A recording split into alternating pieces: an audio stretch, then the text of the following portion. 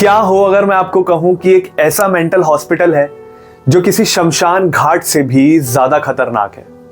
मैं यहां बात कर रहा हूं पूना के यारवाड़ा हॉस्पिटल की। एक ऐसा हॉस्पिटल जहां कोई इंसान तो क्या, एक परिंदा भी पर नहीं मारना चाहे। स्वागत करता हूं आप सभी का स्कैरी टेलर की एक नई वीडियो में, जहां मैं आप सबको सुनाता हूं कुछ ऐसी अमेजिंग हॉरर स्टोरीज जिसे सुनकर आप किसी अलग ही दुनिया में पहुंच जाओगे। तो ज्यादा समय नहीं लूंगा आपका, कहानी शुरू करते हैं।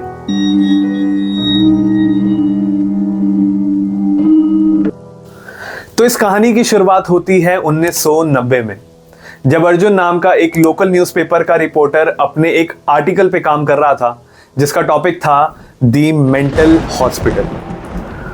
और इसी टॉपिक को पूरा करने के लिए वो एक विजिट करना चाहता था मेंटल हॉस्पिटल, और वो पूना का रहने वाला था, तो उसने डिसाइड करा था कि वो विजिट करेगा द यारवाड़ा हॉस्पिटल। और अगले ही दिन वो वहां पे विजिट करने जाता है। और गाइस, मैं आपको एक बात बता दूं कि यारवाड़ा हॉस्पिटल 1867 में बना था और अर्जुन वहां विजिट कर रहा था 1990 में। तो करीबन 124 साल हो गए थे इस हॉस्पिटल को बने हुए। मगर जितना पुराना ये दिखना चाहिए था उतना पुराना दिख ही नहीं रहा था।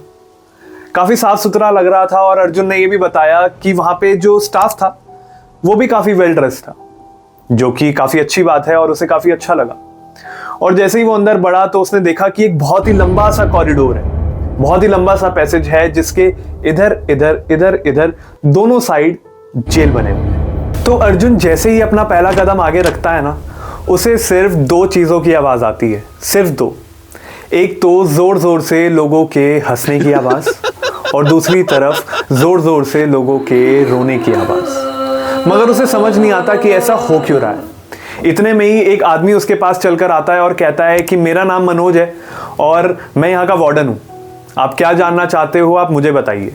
तो वो कहता है कि मैं एक लोकल न्यूज़पेपर का रिपोर्टर हूँ और मैं एक आर्टिकल लिख रहा हूँ मेंटल हॉस्पिटल के बारे में, और मुझे सारी जानकारी चाहिए कि लोग यहाँ कैसे रहते हैं और क्या क्या होता है, मुझे सब कुछ जानना है। मगर कमाल की बात ये थी कि जब ये दोनों आपस में बात कर रहे थे ना, पता नहीं कैसे सारे मरीज एकदम शांत हो गए थे। ना ही किसी के रोने की आवाज आ रही थी और ना ही किसी के हंसने की। Total silence.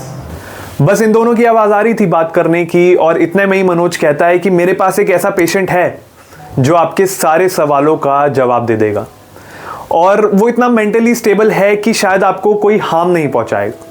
तो वो कहता है कि चलो अच्छी बात है, मिलाओ मुझे इस पेशेंट से। तो मनोज जी कहते हैं हाँ बिल्कुल मिलाऊंगा, आइए मेरे पीछे आइए। अब मनोज जी अर्जुन को एक चाबी देते हैं और कहते हैं कि आप ये दरवाज़ा खोलकर अंदर जाइए और उससे मिलिए।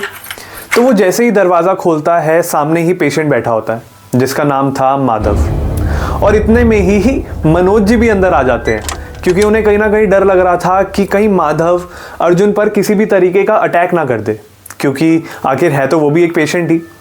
तो अर्जुन जैसे ही माधव से मिलता है, उसने सबसे पहले ये पूछा कि यहाँ की खास बात क्या है, ये हॉस्पिटल दूसरे हॉस्पिटल से अलग कैसे है, मुझे आपकी राय जाननी है। तो माधव थोड़ा सा मुस्कुराया और कहा, आप बताइए, आप जब इस सेल में सबसे पहली बार आए तो आपने क्या नोटिस किया? तो अर्जुन ने कहा कि मुझे समझ ही नहीं आया, मतलब कोई तो बहुत ज़ोर ज़ोर से हंस रहा है, कोई बहुत ज़ोर ज़ोर से रो रहा है, क्या चल रहा है मुझे समझ ही नहीं आ रहा। यही तो खास बात है, यहाँ जो हंसता है ना वो रो रो के थक चुका है, और जो रोता है ना वो हंस हंस के थक चुका है। यहाँ पर किसी पर भरोसा मत करना, क्योंकि यहाँ पर जिस पर आप सबसे ज़्यादा भरोसा करते हो ना, वही एंड में धोखा दे जाता है। माधव जी, आपकी ये बातें सुन के मुझे डर लग रहा है, मगर आप ऐसा कह ही क्यों रहे हो? मेरे दोस्त, यहाँ जो होता है ना वो किसी को दिखता नहीं है, और जो दिखता है ना वो असल में होता ही नहीं। एक काम करो, एक दिन यहाँ रुक के देख लो, खुद समझ जाओगे। तो अर्जुन ने कहा चलो ठीक है, मैं एक दिन के लिए यहाँ रुक जाता हूँ, देखूं मैं भी कि ऐसा क्या हो रहा है इस मेंटल हॉस्पिटल में जो मैंने कभी नहीं देखा। तो अब ऐसे ही समय बीतता जाता है और अर्जुन वहीं रुक जाता है और उस सेल से बाहर ही नहीं निकलता। अब सिर्फ ना अर्जुन और मनोज जी आपस में बात कर रहे हैं। माधव सिर्फ अर्जुन को घूरे जा रहा है, घूरे जा रहा है और सिर्फ घूरे जा रहा है, मतलब अपनी पलकें भी नहीं झपका रहा, सिर्फ उसे ही देखे जा रहा है। और इतने में ही अर्जुन माधव से कहता है कि माधव, तुम कहीं मुझसे झूठ तो नहीं बोल रहे थे, क्योंकि तुमने तो कहा था कि यहाँ रुक के देख लो, तुम्हें सब पता लग जाएगा, मगर मुझे तो ऐसा कुछ नहीं हुआ, ना ही मुझे ऐसा कुछ दिखा जो मैंने कभी देखा ना हो, सब कुछ तो नॉर्मल है। तो माधव ने कहा, अर्जुन जी आपको यहाँ आना नहीं चाहिए, क्यों आ गए आप? ये खेल तो आपका था ही नहीं, क्यों हिस्सा बन गए आप? आपको समझ ही नहीं आएगा कि कौन सच बोल रहा है और कौन झूठ। अब अर्जुन ना बहुत फ्रस्ट्रेट हो गया था उसकी बातें सुनते हुए, और बहुत ही गुस्से में आकर वो कहता है कि भाई तू बस कर, बहुत देर से बहुत कुछ बोले जा रहा है, तो मुझे ही पागल कर देगा। तो इतने में मनोज जी कहते हैं कि सर आप पागल खाने में हो और यहाँ के लोगों की बातें ना ज्यादा सीरियस नहीं लेते, आप एक काम करो, आप ना आराम से सो जाओ और मैं आपको कल सुबह आकर उठा दूंगा। तो वो ऐसा ही करता है, वो सो जाता है और उसकी आंख कल सुबह ही खुलती है, और वो जैसे ही उठता है तो सामने ही माधव बैठा होता है, और वो उसे देखकर कहता है कि देखा, कुछ भी नहीं हुआ, सुबह हो गई और मैं बिल्कुल ठीक हूँ, मुझे तो ऐसा कुछ दिखा नहीं पूरे टाइम। तो माधव बहुत ही मुस्कुराकर उसे कहता है, सब कुछ आपके आसपास ही हो रहा था सर, मगर आपने देखा ही नहीं, या यूं कहो कि सब कुछ हो चुका है मगर आपको दिखाई नहीं दे रहा। अर्जुन कहता है कि माधव इतना भी झूठ नहीं बोलना चाहिए, तुम बहुत झूठ बोलते हो, मगर ठीक है तुम्हारी गलती भी नहीं मानता मैं कि तुम भी खैर यहाँ पर एक पेशेंट ही हो, मगर मैं कभी कभी आया करूंगा तुमसे मिलने के लिए ना, तो अपना ध्यान रखना। तो इतने में माधव कहता है कि जरूरत नहीं पड़ेगी, जब यहाँ से जाओगे तभी तो वापस आओगे। तो इस बार ना अर्जुन ज्यादा ध्यान नहीं देता उसकी बात पर और हॉस्पिटल के रिसेप्शन एरिया की तरफ चला जाता है, और वहां जाकर वो रिसेप्शनिस्ट से कहता है कि मैम आपका ना काफ़ी अच्छा हॉस्पिटल है, मुझे काफ़ी अच्छा लगा यहाँ पर, और आपका स्टाफ भी काफ़ी अच्छा है, काफ़ी साफ़ सफाई रखी हुई है आपने, और मनोज जी ने भी मेरी काफ़ी हेल्प करी।